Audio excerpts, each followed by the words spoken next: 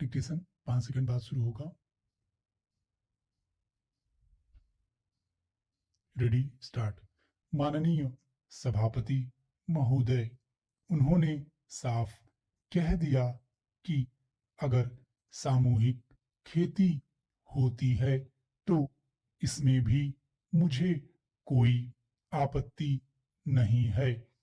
मैं यह कहना चाहता हूं कि इस बिल को देखने से यह साफ स्पष्ट होता है कि उस सहकारी समिति को के जितने सदस्य होंगे वह अपनी अपनी जमीन को एक साथ कर लेंगे और अगर समिति से निकलना चाहेंगे तो एक साथ अधिक जमीन उसको नहीं मिल सकती है।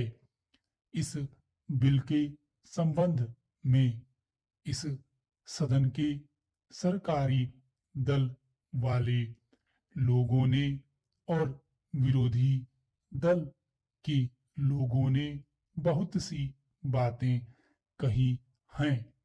जैसा कि यह बिल है, इसको अभी समिति के सामने विचार के लिए जाना है और वहां से विचार होने के बाद इस सदन के सामने फिर से विचार के लिए पेश किया जाएगा।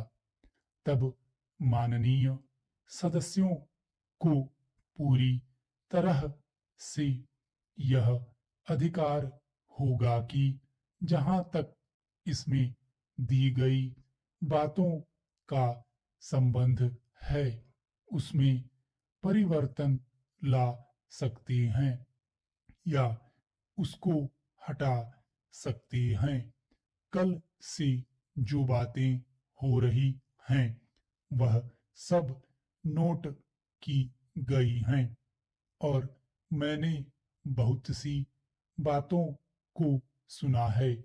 इस समिति में उन सब बातों पर विचार किया जाएगा।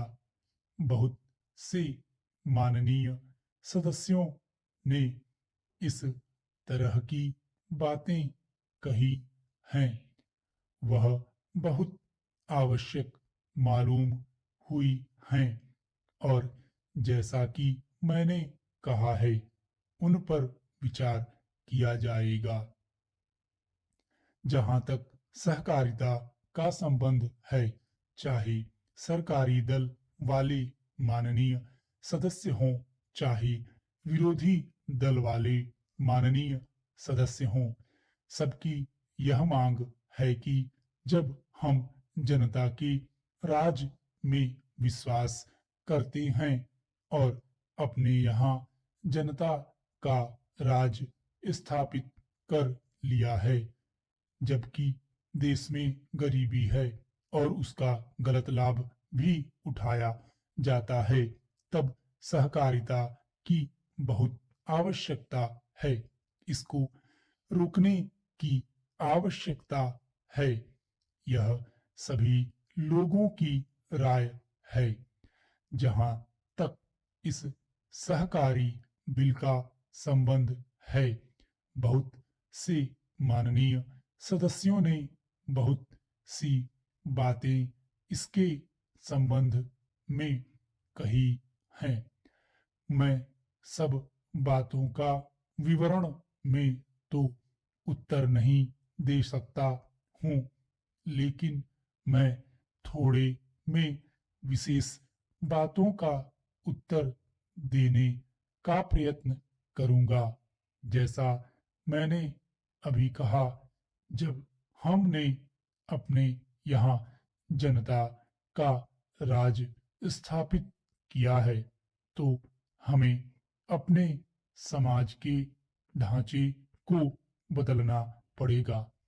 हमारे यहाँ गरीबी और अमीरी चली आती है। हमारे देश में एक गहरी खाई चली आती है। और आज भी समाज में गलत लाभ उठाया जाता है। स्टॉप।